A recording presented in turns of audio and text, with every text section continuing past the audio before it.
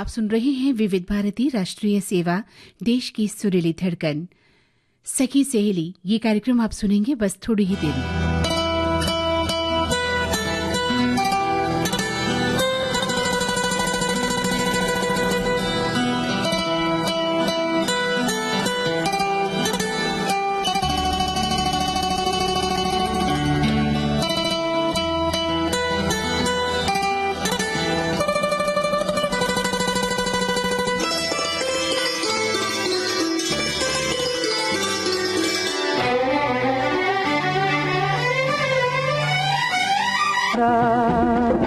नदिया का पानी सुनता प्यार की कहानी, नदिया का पानी सुनता प्यार की कहानी, मेरा दिल भी झूमे, मेरा दिल भी झूमे। हा हा हा हा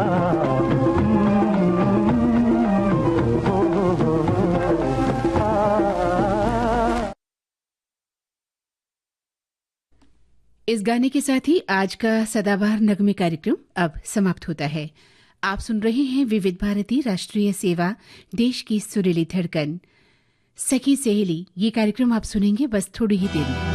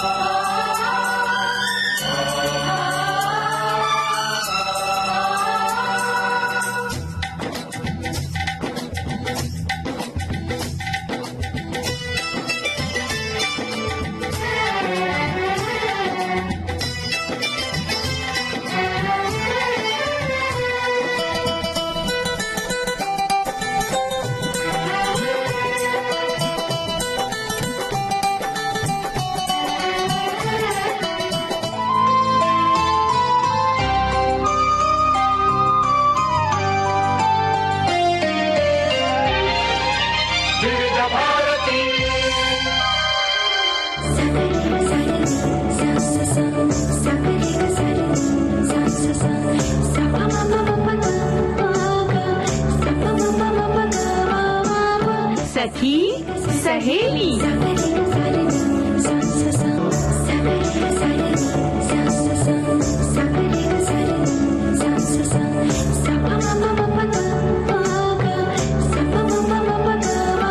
सखी सहेली।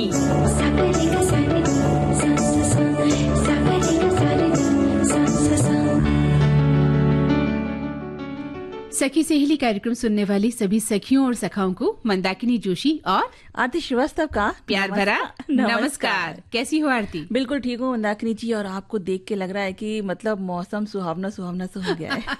और आपको देखकर मुझे लग रहा है आरती की ठंड आ गई है। जी बिल्कुल।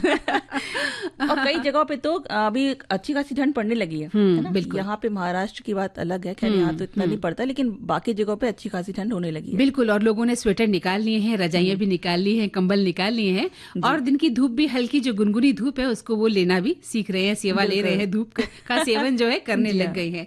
लेकिन हाँ, इस मौसम में ध्यान रखना है स्वास्थ्य का, क्योंकि कई बार हम क्या होते थोड़ा सा लापरवाह हो जाते हैं। और यहाँ पर भी, महाराष्ट्र में भी कभी कभी रात को जब हम सोते हैं तो लगता है कि हल्का ठंड है, तो कुछ चादर या हल्की, सुबह की और शाम की तो ठंड है यहाँ पर। हाँ, यहाँ पर भी ठंड है, तो अपने स्वास्थ्य का हमें ख्याल रखना है, और खाने पीने का तो ख्याल रखना ही है। बिल्कुल। कोशिश करें कि गर्म खाना खाएं, बिल्कुल ताजा स्वस्थ खाना खाएं ना। और क्योंकि वैसे भी थोड़ा सा मौसम जब बदलता है ना, तो कुछ न कुछ परेशानी आने लगती है, तो इस चीज का भी ध्यान रखिए। अगर आपको कुछ सर्दी जुकाम हुआ भी है तो आप थोड़ा चीजें अपने घर की जो है किचन की, उनको चीजों को इस्तेमाल करिए, लेकिन बहुत समय तक नहीं। अगर बहुत समय तक ये चीजें चल रही हैं तो आप डॉक्टर के पास तुरंत चाहिए। बिल्कुल सही कहा आपने। कई बार क्या होता है, हम लापरवाह हो जाते हैं और घर का जो देसी नुस्खा अपना लेते हैं, तो किसी हद तक तो वो सही है। अगर आपको सूट करता है तो बिल्कुल एकदम से आप डॉक्टर के पास न भागें, लेकिन जब आपको लगता है कि आप नहीं कर पा रहे हैं उसको और कंट्रोल नहीं कर पा रहे हैं किसी तबीयत को या चीज को,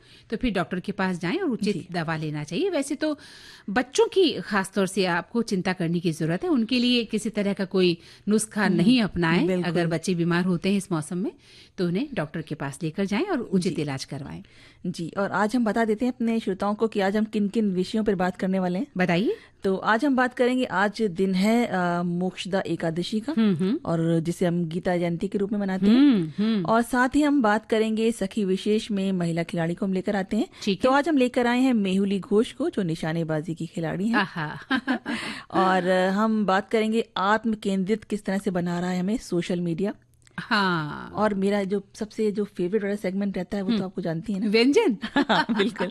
तो आज क्या बनाने वाली है व्यंजन में? तरह तरह के, हर तरह के व्यंजन, कोई भी ऐसा नहीं कि मीठा मीठा या कुछ नमकीन ही नमकीन, जो चाहे जिस तरीके की चीजें चाहें आप, क्योंकि सर्दी का मौसम है, खाने पीने की तो वैसे ही लगी रहती है। हलवा, गाजर का हलवा या बादाम का हलवा बनाया जा सकता है। गाजर आ गई अब, इस समय हलवा बनने के लिए तैयार है। हाँ, तो हम अपने श्रोताओं से कहेंगे कि ये आपका सेगमेंट है और आप लिखकर भेजें हमें कि इन सर्दियों के मौसम में जब शुरुआत हो चुकी है तो आप किस तरह का गर्म भोजन कर रहे हैं, क्या पकवान बनाते हैं, खास तौर से सर्दी के इस मौसम में क्या खाना चाहिए, आपके घर में क्या बनता है जो आपके स्वास्थ्य को अच्छा रखता है, लाभप्रद बनाए रखता है। और ये भी चाहेंगे कि आप इसमें आत्म केंद्रित किस तरीके से सोशल मीडिया जो है वो हमें अकेला कर रहा है, इस पे भी आप अपने कुछ विचार लिखकर हमें भेजें, जिसे हम सबके बिल्कुल सही कहा आपने, क्योंकि हम सोशल मीडिया में डूब चुके हैं और हमारी जिंदगी पूरी जो है सोशल मीडिया को समर्पित हो चुकी है। इसके अलावा भीड़ में होते हुए भी अकेले हो चुके हैं। और अगर किसी वजह से हमारा मोबाइल खराब हो जाए ना आरती, तो लगता है कि दुनिया में हमारा कोई रहा ही नहीं। जी, हमारा कोई बहुत अपना कोई बिछड़ गया है, बिल्कुल, है ना। तो इस तरह के विचार हमारे भीतर पनपने लगे हैं, तो थोड़ा सा सोशल मीडिया से दूरी बना के रखिए और लिखिए कि आप कितना घुसे हुए हैं सोशल मीडिया में, या आपके बच्चे, आपकी पत्नी, आपका पति, घर परिवार का कोई सदस्य दिन भर ऐसा मजेदार कुछ वाकया हुआ हो, वो भी आप लिख के भेज सकते हैं, बिल्कुल बता सकते हैं। तो चलिए पहले गीत सुन लें। बिल्कुल।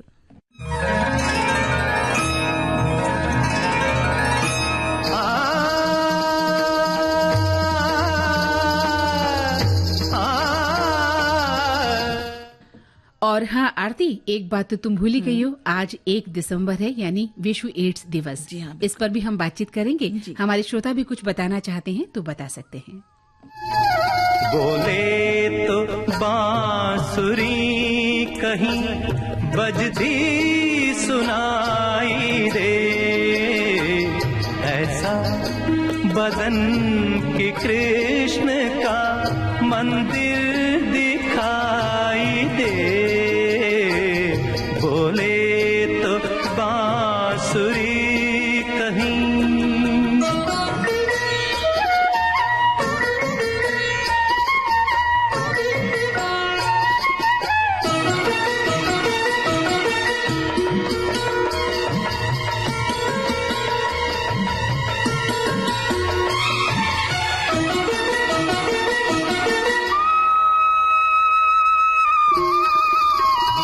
चेहरा तमाम नगमगी, आंखें तमाम ले, देखूं उसे तो जिंदगी गाती दिखाई दे। बोले तो बांसुरी कहीं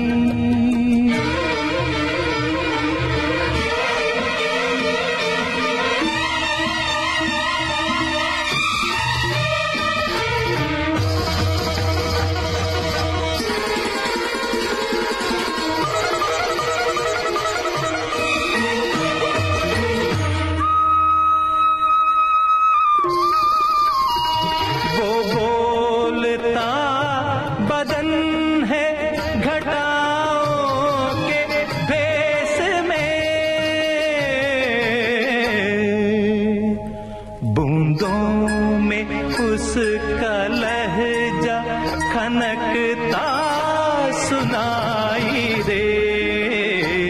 बोले तो बांसुरी कहीं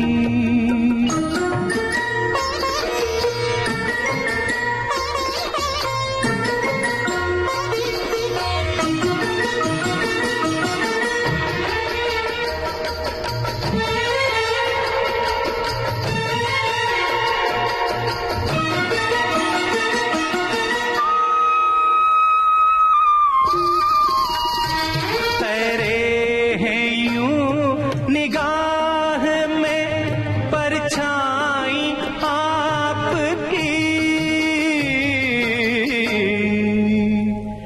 पानी में जैसे बर्फ का टुकड़ा दिखाई दे, बोले तो बांसुरी कहीं, बोले तो बांसुरी कहीं बजती सुनाई दे।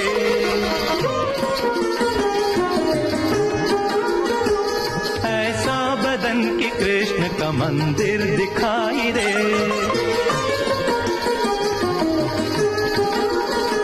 बोले तो बांसुरी कहीं बजती सुनाई दे।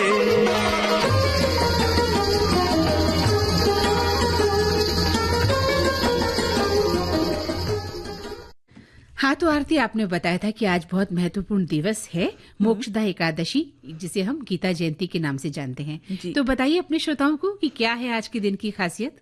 जी, आज मोक्षदा एकादशी है, जो कि मार्गशीर्ष शुक्ल पक्ष है, उसकी 11वीं तिथि को मनाई जाती है। और ये दिन श्री हरि विष्णु और श्री कृष्ण की कृपा पाने का उत्तम अवसर माना गया है। इसी दिन भगवान श्री कृष्ण ने अर्जुन को भगवत गीता में दिव्य ज्ञान दिया था, जिसे कहते हैं जो उपदेश दिए थे, वो आज ही के दिन दिए थे, जिसे गीता जयंती के रूप में भी मनाया जाता है।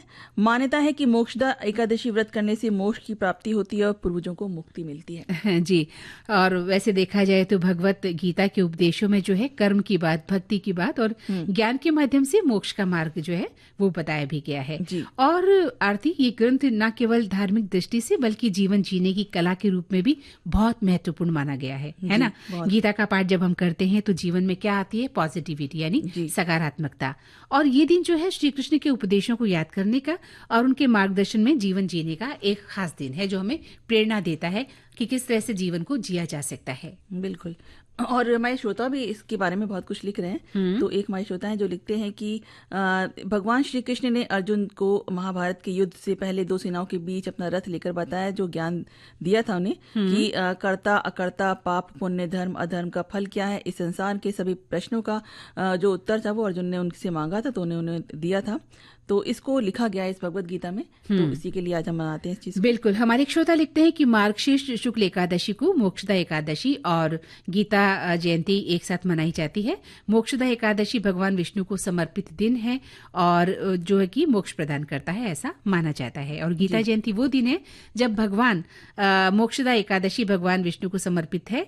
मोक्षदा का अर्थ है मोक्ष देने वाली। धार्मिक जो ग्रंथ की अगर हम बात करें तो इस दिन जो है श्रद्धा पूर्वक व्रत रखने और भगवान विष्णु की पूजा करने से व्यक्ति के कहते हैं कि जो वो पाप करता है वो नष्ट हो जाते हैं। और ये भी माना जाता है कि इस एकादशी का व्रत करने से व्रत रखने वाले और उनके जो पितृ पक्ष है उनको मोक्ष की प्राप्ति होती है। तो आज का दिन जो है बहुत ही महत्वपूर्ण माना जाता है।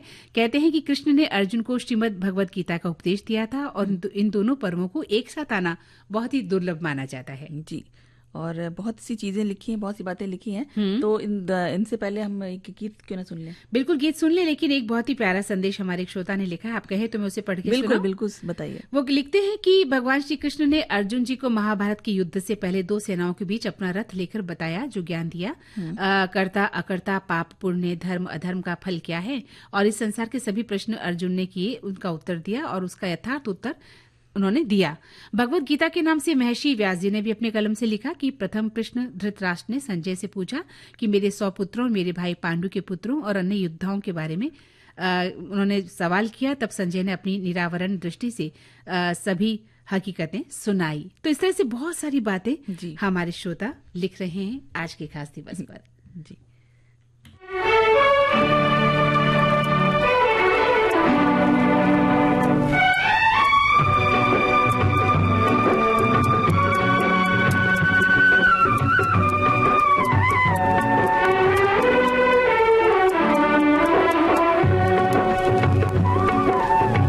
ज्योत से ज्योत जगाते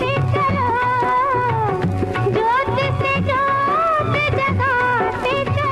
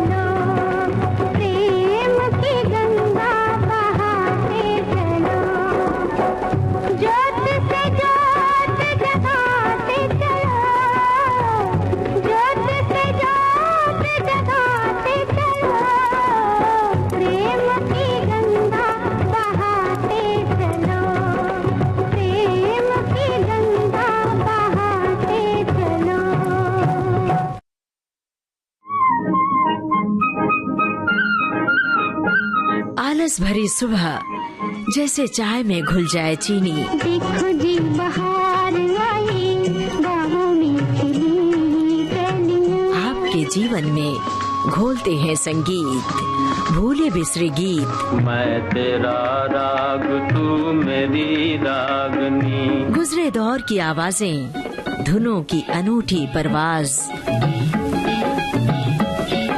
सुनहरे गानों का अंदाज, आपकी सुबह को बनाए खास। भूले बिसरे गीत तुम्हारी याद सताती है। हर रोज सुबह 7 बजे सिर्फ विविध भारती पर।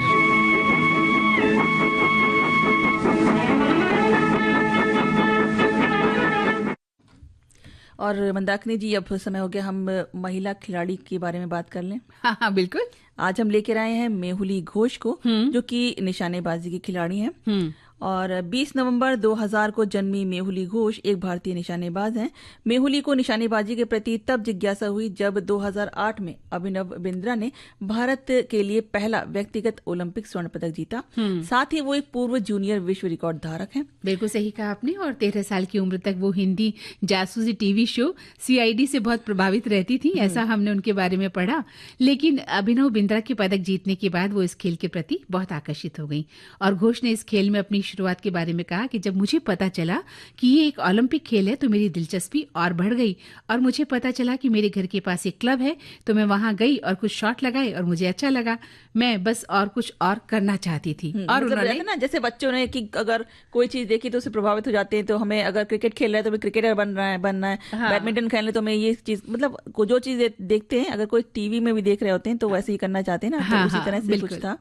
और लेकिन घोष जो एक मध्यम वर्गीय परिवार की इकलौती संतान थी, जहां उनकी मां गृहिणी थी और पिता मतलब उनकी नौकरी करते थे।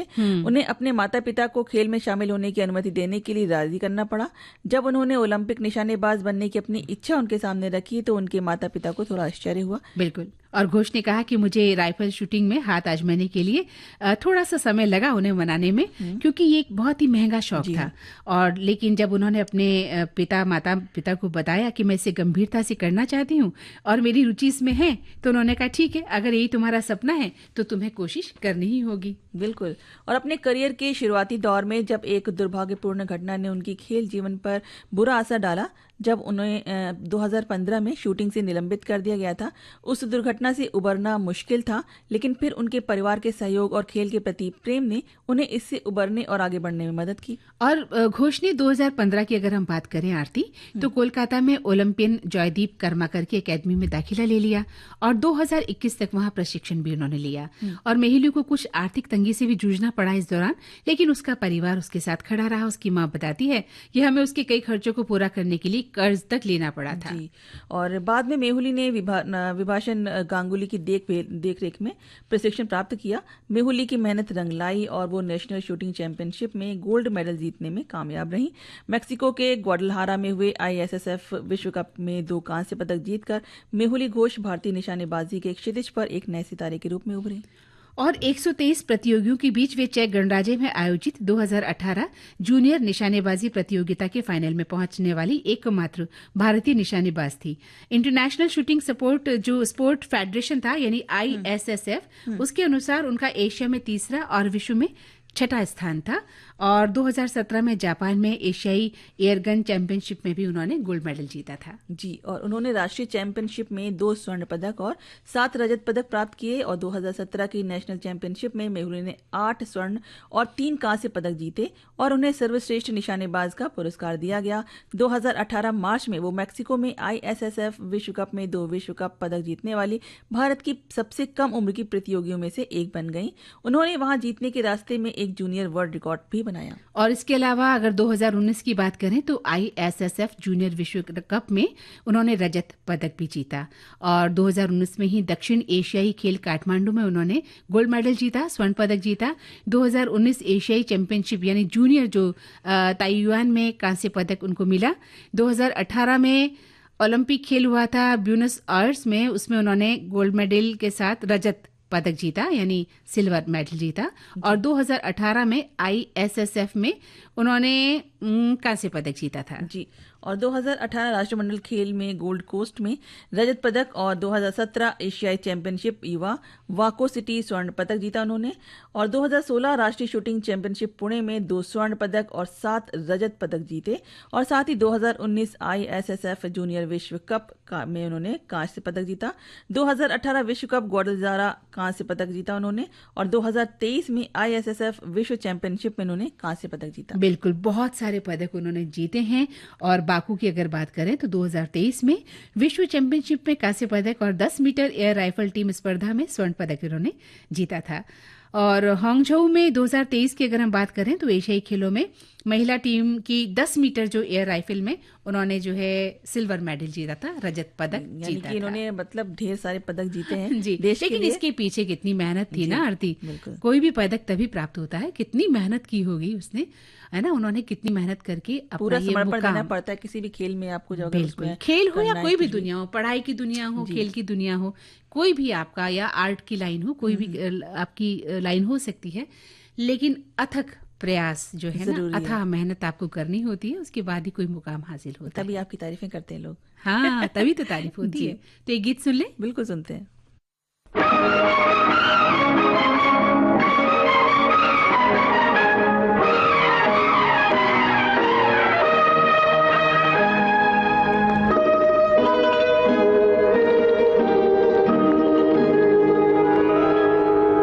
फूलों की रानी, बहारों की मलिका, तेरा मुस्कुराना गजब हो गया।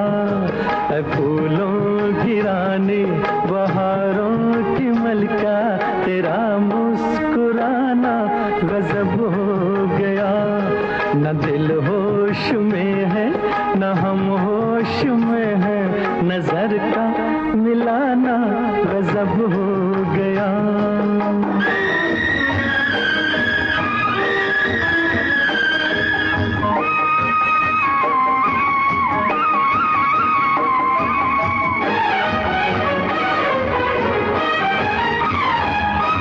तेरे होंठ क्या है, गुलाबी कमल है,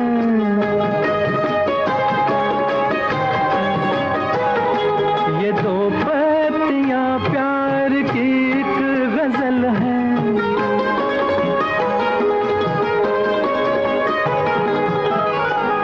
वो नाजुक लबों से मोहब्बत की बातें हमें को सुनाना गजब हो गया। फूलों की रानी, बहारों की मलिका, तेरा मुस्कुराना गजब हो गया।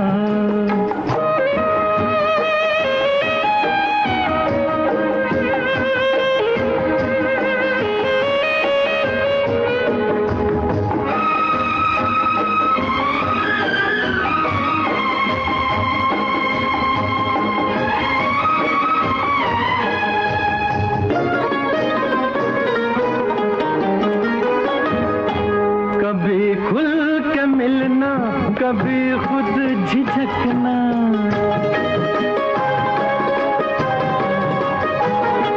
कभी रास्तों पर बहकना मचलना।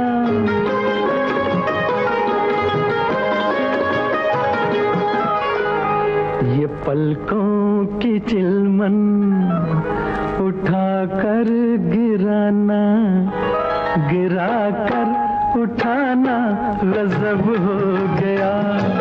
फूलों की रानी, बहारों की मलिका, तेरा मुस्कुराना गजब हो गया।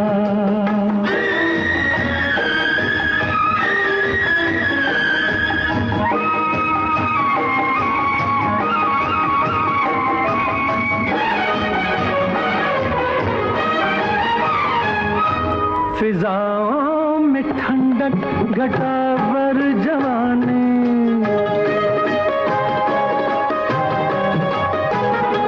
तेरे गेसुओं की बड़ी मेहरबानी।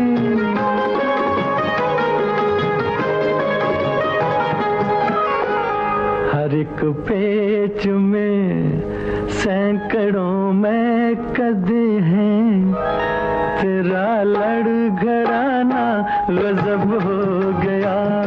ऐ फूलों की रानी, बहारों की मलका, तेरा मुस्कुराना गजब हो गया। न दिल होश में है, न हम होश में है, नजर का मिलाना गजब हो गया।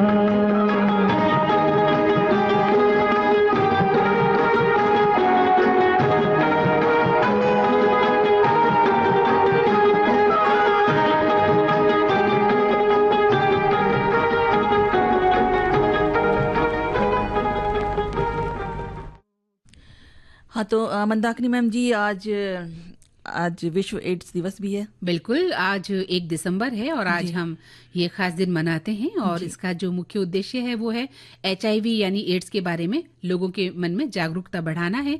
और ये दिन जो है खास तौर से जान बचाने के लिए लोगों को याद दिलाया जाता है कि किस तरह से हम इस भयंकर बीमारी से अपने आप को बचा सकते हैं। इसको रोकने के लिए जो वैश्विक प्रयास किए जाते हैं उसको मनाने का आज का दिन है। बिल्कुल, वैसे भी ये जो जागरूकता दिवस होते हैं वो इसीलिए मनाए जाते हैं कि जिससे कि ज्यादा से ज्यादा लोग जुड़ सकें, ज्यादा से ज्यादा लोग जानकार बन सकें उस चीज के लिए और आगे आएं और लोगों में और जागरूकता फैलाएं। बिल्कुल सही बात है, जागरूकता होनी बहुत जरूरी भी है और अब हुई भी है जागरूकता। एड्स को लेकर भी लोग जागरूक हुए हैं, लेकिन फिर भी जो है बीमारी तो बीमारी है, किसी भी तरह क्या से क्या आपको प्रिकॉशन लेने हैं, किस तरह से आपको प्रिकॉशन बच सकते हैं इस बीमारी से, बिल्कुल। और अगर हो भी जाए तो आपको क्या करना है क्या नहीं करना है, वो सब चीजें बताई जाती हैं, समझाई जाती हैं। और इसीलिए इस दिवस को मुख्य रूप से मनाया भी जाता है कि विश्व एड्स दिवस मनाने की जो शुरुआत हुई थी वो हुई थी 1988 में। और विश्व संगठन, स्वास्थ्य संगठन जो है WHO ने के 2 जन सूचक अधिकारियों ने ये 1987 में इसकी प्रस्तावना दी थी। और ये दिवस जो होता है ये इसलिए मनाया जाता है कि HIV जो संक्रमण है उसके बारे में लोगों को शिक्षित किया जा सके, भेदभाव को कम किया जा सके कि बहुत से लोगों को गलतफहमी की मतलब उनसे दूर ही रहो एकदम। तो क्या क्या चीजें हैं, कैसे हमें उससे बचाव रखना है, और लेकिन लोगों को अलग थलग भी नहीं करना है, तो वो सब चीजें बताने के लिए भी मनाया जाता है। और विश्व एड्स दिवस 1988 से प्रति वर्ष 1 दिसंबर को मनाया जा रहा है हर साल ये। और 2025 ये हर बार इसकी एक उद्देश्य होती है, एक थीम होती है। तो इस बार की थीम है व्यवधान पर विजय, एड्स प्रत्युत्तर में सुधार। बिल्कुल सही कहा आरती। और विश्व एड्स दिवस मनाने की जो शुरुआत हुई थी वो 1988 में हुई थी और WHO के अनुसार जो है इसकी प्रस्तावना 1987 यानी 1987 में रख दी गई थी जी। और 1 दिसंबर को ये मनाया जाता है, जिसका उद्देश्य है कि आज के दिन को खास तौर से समझना कि HIV क्या है या एड्स कैसे फैलता है। और हमारे श्रोताओं ने इस पर विचार भी लिखे हैं, लेकिन अभी जो वक्त है वो है एक अंतराल लेने का। इस अंतराल के बाद हम श्रोताओं के विचार लेते हैं। जी।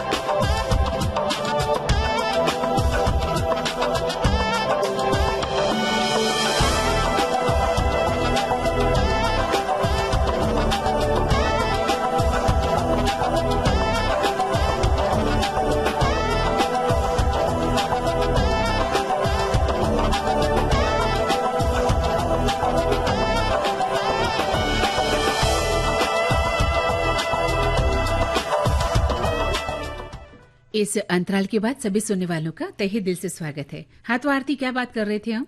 हाँ, हम बात कर रहे थे विश्व एड्स दिवस की, उसके बारे में बता रहे थे हम कि किस तरह से जागरूकता फैलाने के लिए इस दिवस को मनाया जाता है। तो उसके लिए बहुत सारे हमारे जो श्रोता हैं उन्होंने अपने विचार भी लिखकर भेजे हैं। बिल्कुल, एक श्रोता लिखते हैं कि विश्व एड्स दिवस विश्व स्वास्थ्य संगठन द्वारा चिन्हित 11 आधिकारिक वैश्विक सार्वजनिक स्वास्थ्य अभियानों में से एक है।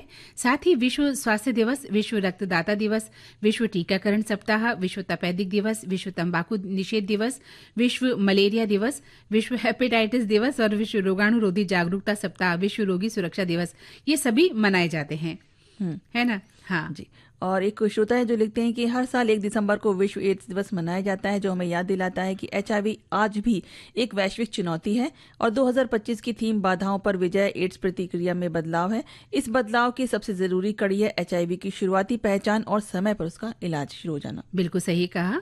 अगर समय पर इलाज शुरू हो जाता है तो मरीज एक लंबी जिंदगी जी पाता है। जी। लेकिन वही बात कि सबसे पहले ये ध्यान रखना है कि इस बीमारी से कैसे बचा जाए और किस तरह से हमें जो है अपने आप को बचा के रखना है। जी बिल्कुल। और एक श्रोता है जो लिखकर भेजते हैं कि विश्व एड्स दिवस 1988 के बाद से जो मनाया जाता रहा है, इसका उद्देश्य रहा है HIV संक्रमण के प्रसार की वजह से एड्स महामारी के प्रति जागरूकता को बढ़ाना और इस बीमारी से जिनकी मृत्यु हो गई है, जिन्होंने अपनी जान गंवाई है, उनके लिए श्रद्धांजलि देना। और सरकार और स्वास्थ्य अधिकारी, गैर सरकारी जो संगठन है, दुनिया भर में लोग अक्सर जो एड्स की रोकथाम और नियंत्रण पर शिक्षा के साथ इस दिन का निरीक्षण करते हैं। इस दिन पर ज्यादा से ज्यादा जागरूकता फैलाने की कोशिश की जाती है। बिल्कुल कोशिश ये की जाती है। देखिए, जो हम आज का दिन मनाते हैं ना आरती, कि ये जो खतरनाक बीमारी है इसको जड़ से खत्म कर दिया जाए, लेकिन इसके लिए खुद भी इंसान को जागरूक होना पड़ेगा। सबसे बड़ी बात यह है कि ये किस तरह से फैलता है, ये जानना बहुत जरूरी है। खतरनाक बीमारी है और अपने आप को किस तरह से हम संयमित रखें, इस पर भी बात होती है। और कहते हैं कि ये जो एड्स है व्यक्ति के इम्यून सिस्टम को आरती इतना कमजोर कर देता है कि मामूली सा इन्फेक्शन से लड़ने की भी उसके शरीर में सामर्थ्य नहीं रहती है और उनका इन्फेक्शन बढ़ जाता है और अंत में व्यक्ति की मौत भी हो जाती है। तो इसलिए एड्स की रोकथाम और उसका बचाव बेहद जरूरी है, बहुत जरूरी है ना। और लोगों को कई तरह के मिथक बना लेते हैं, वो नहीं होना चाहिए। जो हकीकत है वो आप ध्यान रखें।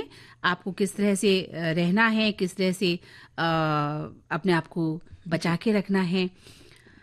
तो इस तरह से अगर आप अपने आप को बचा के रखते हैं गलत आदतों से, गलत उनसे जीवन से, तो आप अपने आप को बहुत हद तक बहुत सी बीमारियों से बचा सकते हैं। बिल्कुल। इसलिए बस अपना ध्यान रखिए और जो भी प्रिकॉशन आपको बताए जाते हैं उसका ध्यान रखिए, उस हिसाब से आप काम करें तो आप बीमारी का शिकार नहीं होंगे। और अगर हो भी गए तो ऐसी घबराने की बात नहीं, आप डॉक्टर के पास जा सकते हैं, उनको डॉक्टर को बताइए और उसको चीज़ को छुपाने की जरूरत नहीं है, क्योंकि छुपाने से वो आपके रोग तो बढ़ेगा ही, साथ में और लोगों को भी परेशानी हो सकती है। इसलिए आप उस हिसाब से काम करें और उसकी दवाइयाँ लें, जो दवाइयाँ उस पर दी जाती हैं, तो इससे बहुत अच्छी तरह से स्वस्थ रह के भी जीवन बिताया जाता है। इसमें ऐसा कुछ नहीं है। बिल्कुल सही बात है, क्योंकि जो HIV है वो शरीर की जो प्रतिरक्षा प्रणाली को नुकसान पहुंचाता है। साथ ही जो वायरस जो संक्रमित व्यक्ति के जो रक्त की बात करें, उसके वीर्य की, उसकी योनि में और जो संपर्क में आने से जो फैलता है, जो मुख्य रूप से हम कह सकते हैं कि असुरक्षित यौन संबंध है ना, और जो संक्रमित सुई है या सिरिंज का जो साझा उपयोग किया जाता है,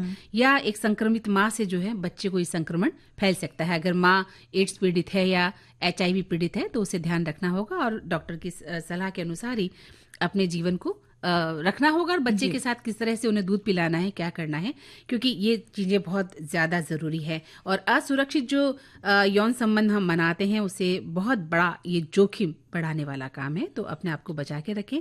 और नशीली दवाओं का जो आप इंजेक्शंस लेते हैं, कुछ लोग सुई जो हम लेते हैं उसमें भी इस तरह की बीमारियां इससे भी फैलती हैं और संक्रमित रक्त चढ़ जाता है, संक्रमित अंग हो जाते हैं। ये सभी कारण हो सकते हैं कि आपको HIV या एड्स जैसी भयानक बीमारी से जूझना पड़ सकता है।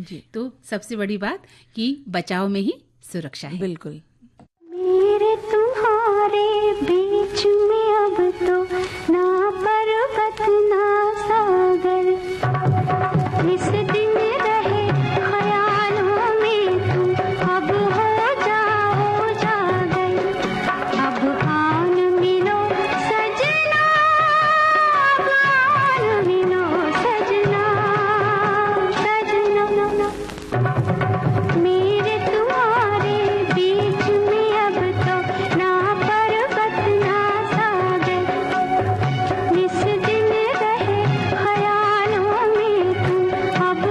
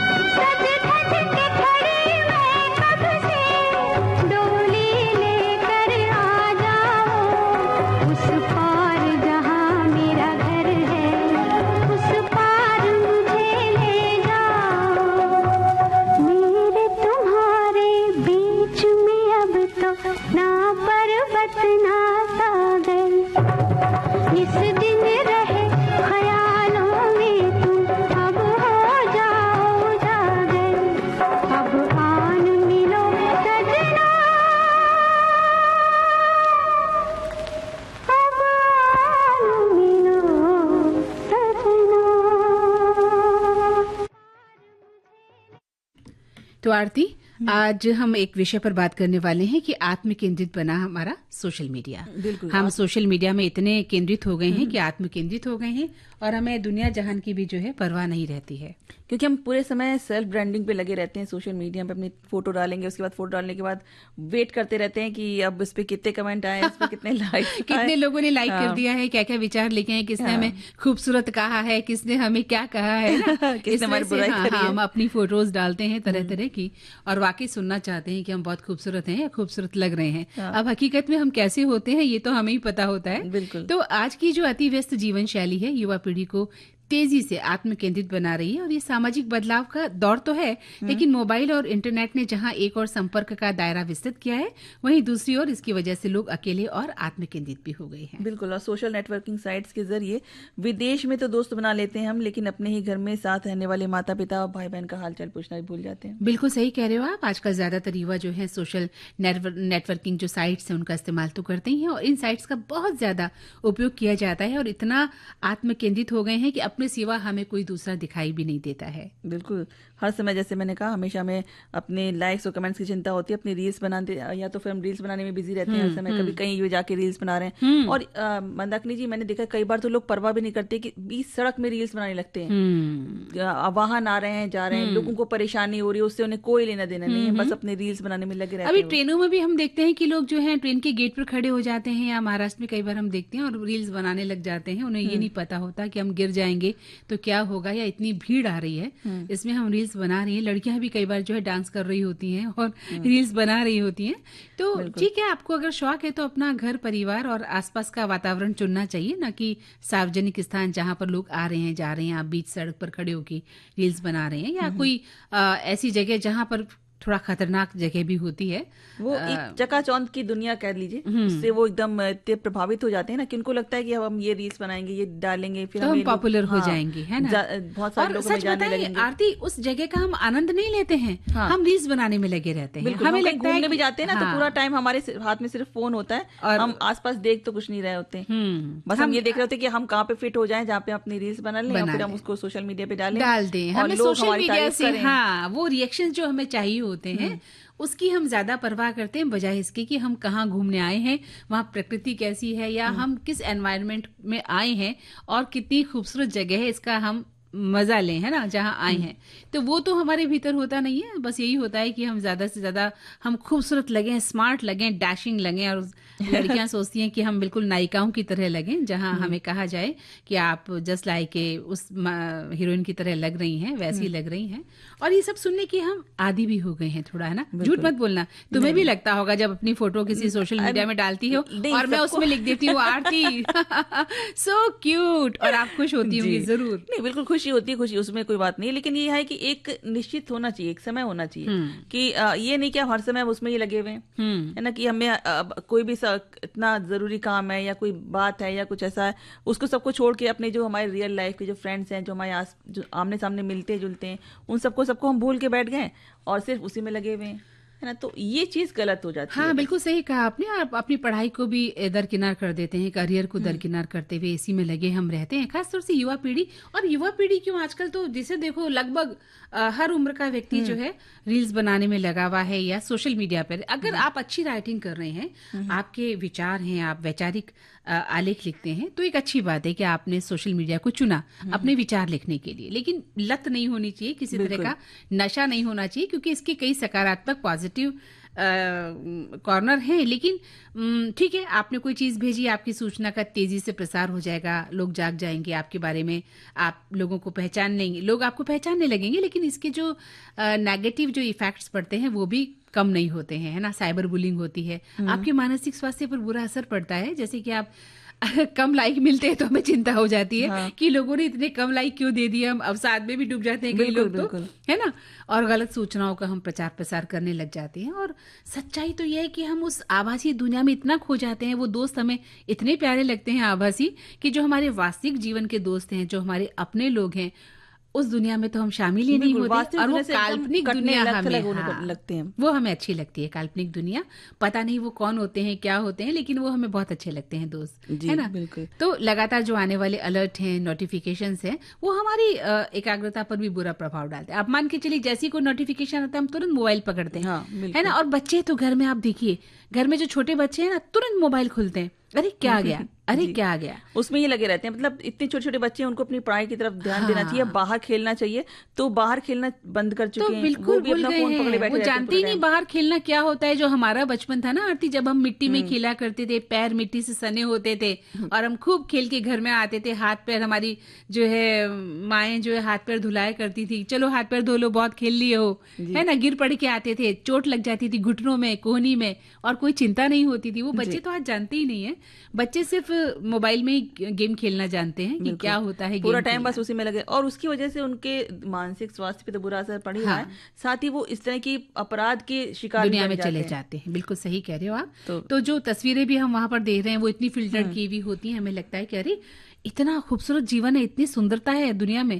तो हम इस तरह की दुनिया में लेकर अपने आप को भी असुरक्षित महसूस करने लग जाते हैं। बिल्कुल। और मंदाकिनी जी, इस पे बहुत सारे मेरे कमेंट्स भी लिखे हैं लोगों ने, अपने विचार प्रकट किए हैं। तो एक श्रोता हैं जो लिखते हैं कि सोशल मीडिया के कई कारक लोगों को आत्म केंद्रित बनाते हैं, जिसमें खुद को हाईलाइट करने के लिए प्रोफाइल बनाना, दूसरों के सामने अपनी पहचान को बढ़ा चढ़ाकर पेश करना और अपने विचारों के लगातार पोस्टिंग शामिल है। यह व्यक्तिगत और ऑनलाइन संबंधों पर नकारात्मक प्रभाव डाल सकता है और आत्ममुग्धता और सामाजिक तुलना की ओर ले जाता है। सोशल मीडिया पर दूसरों के जीवन को देखकर खुद को दूसरों से तुलना करने की आदत बढ़ जाती है, जिससे आत्मसम्मान में कमी आ सकती है। दूसरों के पोस्ट देखने और लाइक या कमेंट नहीं करने जैसे निष्क्रिय उपयोग से अलगाव की भावना बढ़ सकती है। जब व्यक्ति अपनी बातचीत को वास्तविक दुनिया के आमने सामने के संबंधों के बजाय सोशल मीडिया पर अधिक समय देते हैं, तो ये विश्वास, सहानुभूति और सामाजिक तर्क जैसे रिश्तों के महत्वपूर्ण कारक को कमजोर कर देते हैं। बहुत सही लिखा उन्होंने। क्योंकि क्या होता है आरती कि हम समय बेवजह गंवाते हैं, हम स्क्रॉल करते रहते हैं मोबाइल हाथ में लेकर, और उन लोगों से जुड़ते हैं जिनके बारे में हम जानते भी नहीं है। उनकी जिंदगी हमें लगता है, कई बार क्या होता है फिल्मी दुनिया की चकाचौंध हमें प्रभावित इतनी करती है कि वहाँ नायक और नायिका हमें दिखते हैं, साथ साथ उतर रहे हैं, साथ साथ चल रहे हैं, और पेपराजी उनकी फोटोज खींच रहे होते हैं। तो हमें लगता है कितने सुंदर हैं ये लोग, कितनी अच्छी जिंदगी है। लेकिन हम उस चीजों को समझने का हमें पता नहीं होता वास्तविकता क्या होती है। क्योंकि वास्तविकता इतनी हर जगह इतनी जिंदगी परफेक्ट होती नहीं है जितनी दिखाई देती है ना? जी बिल्कुल। तो जिंदगी की वो जो इस तरह के हम एक आभासी दुनिया में, एक काल्पनिक दुनिया में बैठे रहते हैं और कल्पना करते हैं कि हम भी ऐसा ही जीवन जिएंगे, और इसी सोच से हम कहीं ना कहीं गलत जो है रास्ता अख्तियार कर लेते हैं। बिल्कुल। और एक और श्रोता है जो लिखते हैं कि सोशल मीडिया के चलते आज कई सारे लोग आत्म केंद्रित बन रहे हैं, जो व्यक्तिगत प्रस्तुति के साथ आत्म प्रचार और दूसरों से सत्यापन की मांग पर केंद्रित हो रहा है। हर चीज के दो पहलू होते हैं, सकारात्मक और नकारात्मक। उसी तरह से इस प्लेटफॉर्म पर भी ऐसा हो सकता है। वो हम पर निर्भर है, इसका कैसे उपयोग करना है, कब करना है, कितने समय करना है, क्या पोस्ट करना है और क्या नहीं करना है। बिल्कुल सही कहा। और कोई है हमारे श्रोता ने कुछ और लिखा है? हम बहुत सी चीजें लिखी हैं, बताइए। एक और श्रोता है जो लिखते हैं कि सोशल मीडिया बड़ा ही अच्छा सब्जेक्ट है, और सोशल मीडिया जो मनुष्य के लिए रोजमर्रा और दिनचर्या का हिस्सा होता है, लेकिन जो अवतार होता है उसके लिए मतलब जो भी लोग होते हैं उनके लिए रोजमर्रा का हिस्सा होते हैं। बस अंतर इतना होता है कि वो साधारण से असाधारण होता है, वो उनसे असीम होता है। वो जो सीमा, मतलब कहने का मतलब है कि हम जो चीज अपने खुद हैं उससे बढ़ा चढ़ाकर अपने आप को पेश करते हैं उसके सामने, तो लोगों को भी लगता है कि भाई सच में ये ऐसे ही है। हाँ, है ना? बिल्कुल तो ऐसा इस होता तरह से है। एक आभासी दुनिया, आपने सही कहा बिल्कुल, हाँ। एक काल्पनिक सी दुनिया है और इतना ग्लैमर है उस दुनिया में, हमें लगता है कि चले जा रहे हैं। हमारी जिंदगी इतनी खराब क्यों है, हम ये अंधेरे में क्यों हैं, हमारे जीवन में इतने दुख क्यों है, हम इस तरह की भावनाओं को शिकार हो जाते हैं। कई बार आपने देखा होगा, अभी विवाह के उत्सव चल रहे हैं, विवाह उत्सव, लोग शादियों की और सारे फोटोज डालते हैं, तो हम उन्हें देख देख कर सोचते हैं कि क्या ऐसा भी हो सकता है। लेकिन सच्चाई उससे परे होती है। आप अगर सच्चाई की ओर ध्यान देंगे तो जिंदगी इतनी आसान नहीं है जितनी हमने बना ली है स्क्रॉल कर करके ना। हाँ, कि किसी भी जीवन को स्क्रॉल करके हम देख सकते हैं। जिंदगी इससे बिल्कुल अलग है। बहुत संघर्ष है जीवन में, बहुत दुख है, बहुत कष्ट है, लेकिन हाँ, अगर आपने मेहनत की है तो जिंदगी में सफलता भी है और मजे भी हैं, ये सोचना चाहिए। बिल्कुल। तो सोशल मीडिया से हमें चाहिए कि नियमित रूप से थोड़ा ब्रेक लेते रहें, अपने आप को तरोताजा रखें, और इसके लिए डिजिटल जो है डिटॉक्स जिसे कहते हैं वो करना बहुत जरूरी है। कुछ घंटों के लिए करें। अगर आप दिन के लिए नहीं कर सकते, कुछ घंटों के एक दिन में कुछ घंटे ऐसा बांट लें जिस उस दौरान हम बिल्कुल भी इसको हाथ नहीं लगाएंगे मोबाइल को। बड़ा मुश्किल है ना ये सब। भी मुश्किल है, लेकिन अगर हम करना चाहें तो कर सकते हैं बड़ी आसानी से, क्योंकि अभी तक भी नहीं, जब तक नहीं था तब भी लोग अच्छे से रह अरे रहे थे, वाह, तब तब वो की तो की दुनिया लाइफ ही अच्छी अलग थी। हाँ तो हम ये सोचे कि क्यों नहीं कर सकते, हम कर सकते हैं इस बिल्कुल। चीज़ को तो भी। आप इन जो समय बचाते हैं ना उसमें अपने शौक का ध्यान रखें बिल्कुल। कि मेरी क्या हॉबीज हैं। मैं चित्रकारी कर सकती हूँ, है ना, मैं बहुत सारे काम कर सकती हूँ, मैं मैं अच्छा सिलाई गा सकती हूँ। डांस मैं कर अच्छा डांस सकती कर हूँ, सकती मैं हूँ, सिलाई बहुत भी चीजें। कर सकती हूँ, मैं ड्राइंग कर सकती हूँ। बहुत बिल्कुल। चीजें हैं दुनिया में करने को। अपना जो है इस आभासी दुनिया से ध्यान हटाइए और वास्तविक जीवन में हमें लौटना चाहिए।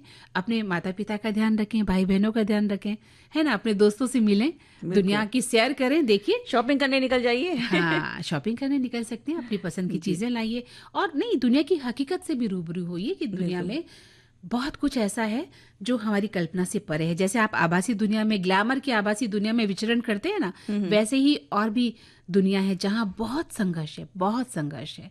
एक स्त्री को आप देखिए, वो पसीने से लथपथ होने वाली जो स्त्रियां हैं ना, जो बच्चे हैं जो बचपन से काम करते हैं, बाल श्रम करते हैं, जिंदगी में बहुत कुछ है, उन्हें देखिए और सीखिए कि बहुत कुछ जीवन में किया जा सकता है। जी। तो एक गीत सुन लिया जाए अब तो। बिल्कुल सुनते हैं। अरे हे ला ला ला ला ला ला ला ला ला ला ला ला ला ला ला ला ला ला ला।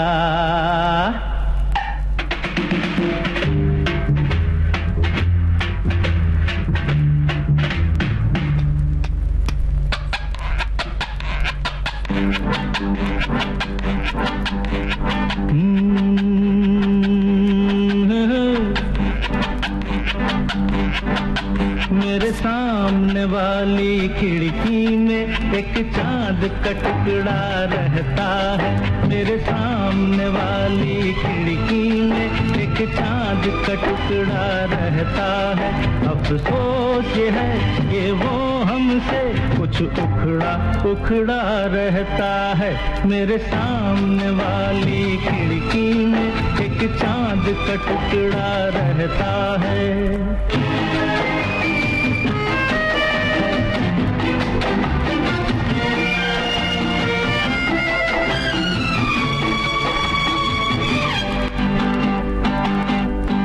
जिस रोज से देखा है उसको हम शमा जलाना भूल गए। दिल थाम के ऐसे बैठे हैं, कहीं आना जाना भूल गए। अब 8 पहर इन आंखों में वो चंचल मुखड़ा रहता है। मेरे सामने वाली खिड़की में एक चांद का टुकड़ा रहता है।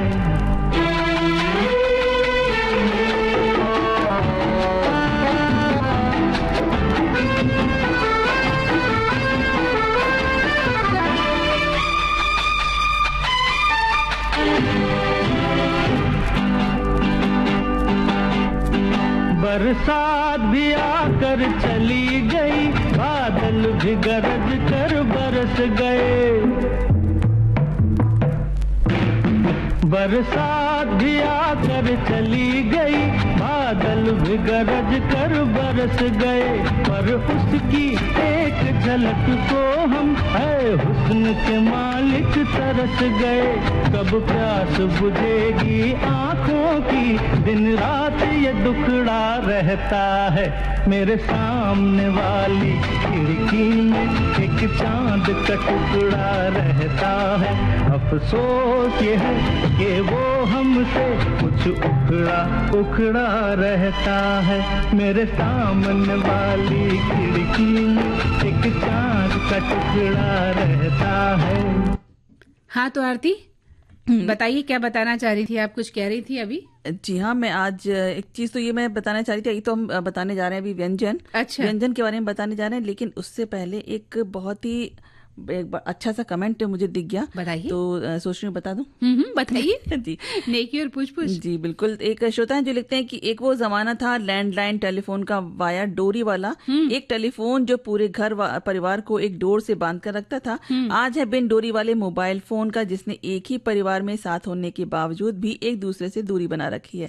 ये गहरी सोच का विषय बिल्कुल है। सही बात है। आपने देखा होगा घर में 4 लोग हैं, चारों अलग अलग मोबाइल लेकर बैठे रहते हैं और अपनी अपनी दुनिया में खोए रहते हैं। है ना। और फिर किसी ने कहा कि लो पानी लाओ, चाय लाओ, तो उठते हुए भी जोर आता है कि हमारा मोबाइल का अरे तुम खुद चले जाओ या तुम भाई बहनों में तो खासतौर से इस तरह की लड़ाइयाँ होती भी है। पति पत्नी के बीच भी जो है तर्क वितर्क हो जाते हैं कि भाई अपना जो समय है मोबाइल से हटने का जो हमें मन नहीं करता है। तो चलिए आज व्यंजन में आप क्या लेकर आई हैं, क्योंकि व्यंजन के बिना आपकी दुनिया जो है अधूरी है, मुझे पता है। व्यंजन में आज हम लेकर आए, हम क्या लेकर आए, श्रोता ही लेकर आए हमारे। तो श्रोता ने भेजा है चावल के गट्टे। अरे तो वही तो बेसन के गट्टे सुने होंगे। चावल के गट्टे मैंने भी सुने पहली बार। तो इसके लिए चाहिए हमें 1 कप बेसन, 1 कप उबले हुए चावल, आधा छोटा चम्मच हल्दी पाउडर, 1 छोटा चम्मच लाल मिर्च का पाउडर, 1 बड़ा चम्मच मतलब चाहिए इनको, और 1 बड़ा चम्मच तेल, स्वाद अनुसार नमक, 1 बड़ा चम्मच कसूरी मेथी, और हरी मिर्च 2, वैसे तो अपने हिसाब से आप ले सकते हैं जितनी भी आपको खानी हो, 1 छोटा चम्मच राई दाना, और आवश्यकता अनुसार हरा धनिया। अब विधि बताइए कि 1 बाउल में बेसन डालें, चावल डालें और हल्दी डालें, और नमक, तेल, लाल मिर्च पाउडर डाल के कसूरी मेथी डालकर सब अच्छी तरीके से अच्छी तरह से मिलाएं और उसको गूंथ लें। पानी ना मिलाएं उसमें, और ऐसे ही गूंदना है उसको। लंबे से जो सिलेंडर आकार के उसको आकार बना लें, और एक कढ़ाई में पानी गर्म करें और गट्टे को डालें और ढककर 15 मिनट तक पका लीजिए। 15 मिनट के बाद उसमें चाकू लगाकर देखें, पक जाने पर निकाल लें, 1 इंच के टुकड़े में काट लें। अब कढ़ाई में तेल गरम करके राई दाना तड़काएं, हरी मिर्च डालें, गट्टा डालें, नमक स्वाद अनुसार डालें, लाल मिर्च पाउडर डालें और अच्छी तरह से मिलाकर सर्विंग बाउल में खरी दाने से क्या बात है, बहुत ही स्वाद। चाय के साथ तो मजा बढ़ जाएगा। तो बाहर जाके खाते हैं, कार्यक्रम समाप्ति के बाद चाय पीनी ही है हमें, तो साथ में ये चावल के गट्टे भी हो जाएंगे। और एक देखिए आज 11सी जो है, एकदा 11 है और लोग इसका उपवास रखते हैं, व्रत रखते हैं। तो उन्होंने व्यंजन बनाया है कि साबूदाना लेना है, मूंगफली लेनी है और मिक्सर में पीसकर आधी मात्रा में उबले हुए आलू मिक्स करके स्वाद के अनुसार सेंधा नमक और लाल मिर्च, काली मिर्च, आलू की टिक्की तैयार करनी है। ठीक है, समझ आया। आलू उबले हुए होने चाहिए साबूदाने के साथ में, और दही में जीरे का बघार लगाकर, आहा क्या मजा है ना, मजेदार। और फ्रूट जूस मिक्स फ्रूट के साथ आप इसे खा सकते हैं। सिंघाड़े का आटा ले सकते हैं, राजगिरी का आटा भी आधा आधा लेकर देशी घी में अच्छी सिकाई करके काजू, बादाम, शक्कर डालकर भी बढ़िया हलवा बनाकर आप आज के दिन खा सकते हैं। मखाने की या साबूदाने की दूध में खीर बनाकर भी खा सकते हैं। सिंघाड़ा, राजगिरा आटे की रोटी और बगैर हल्दी वाले भिंडी की सब्जी और दही भी खा सकते हैं। आज मतलब उपवास ना हो गया, बिल्कुल पार्टी हो गई। इतनी अच्छी चीजें। और एक छोटा सा एक रेसिपी है, बताइए। गोंद कतीरा खजूर बनाना शेक। तो इसके लिए आपको चाहिए 2 चम्मच गोंद कतीरा, 1-2 केले, 10-12 बादाम भीगे हुए और छिले हुए, 4-5 खजूर के बीज निकले हुए, 1-2 चम्मच देसी खांड और 2 गिलास ठंडा दूध, 1 चम्मच बॉर्नवीटा। सबसे पहले सारी सामग्री को एक साथ रखें और ग्राइंडर जार में डालें, बादाम डालें, खजूर, देसी खांड डालकर ग्राइंड कर लें, उसका पेस्ट बना लें। और ग्राइंडर जार में केला, गोंद कतीरा, दूध डालें। अब खजूर वाला पेस्ट डालें, यहाँ पर आप आइस क्यूब्स भी डाल सकते हैं। अब ग्राइंड उसको कर लें अच्छी तरह से। अब हमारा हेल्दी शेक बनकर तैयार है। ग्लास में डालें, थोड़ा खजूर का पेस्ट डालिए, बनाना स्लाइस, बॉर्नवीटा डालकर गार्निश करें। अब ऊपर से खजूर से आप सजा सकते हैं उसको, और बन चुका है आपका केक। क्या बात है। तो बहुत बहुत शुक्रिया, धन्यवाद कि आपने हमें इतने सारे अच्छे व्यंजन दी हैं, खास आज के दिन। आप यूं ही अगर हमसे मिलते रहे, देखिए एक दिन प्यार हो जाएगा।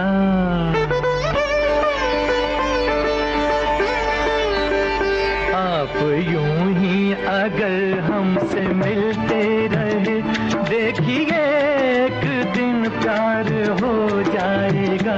ऐसी बातें न करो हंसी जादूगर, मेरा दिल तेरी आँखों में खो जाएगा। आप यूं ही अगर हमसे मिलते रहे, देखिए एक दिन प्यार हो जाएगा।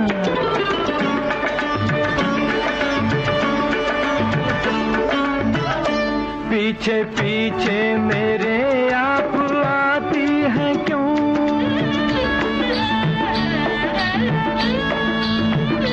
पीछे पीछे मेरे आप आती हैं क्यों? मेरी राहों में आंखें बिछाती हैं क्यों? आप आती हैं क्यों? क्या कहूँ आपसे, ये भी एक राज है, एक दिन इसका इज़हार हो जाएगा। आप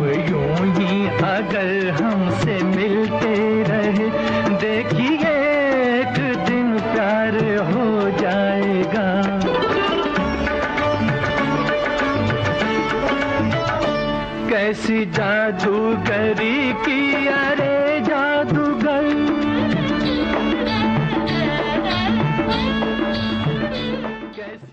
हाँ, तो आरती कार्यक्रम का समय अब बिल्कुल समाप्ति की ओर है और अब सखी सहेली कार्यक्रम से मंदाकिनी जोशी और आरती श्रीवास्तव को दीजिए इजाजत। नमस्कार। नमस्कार।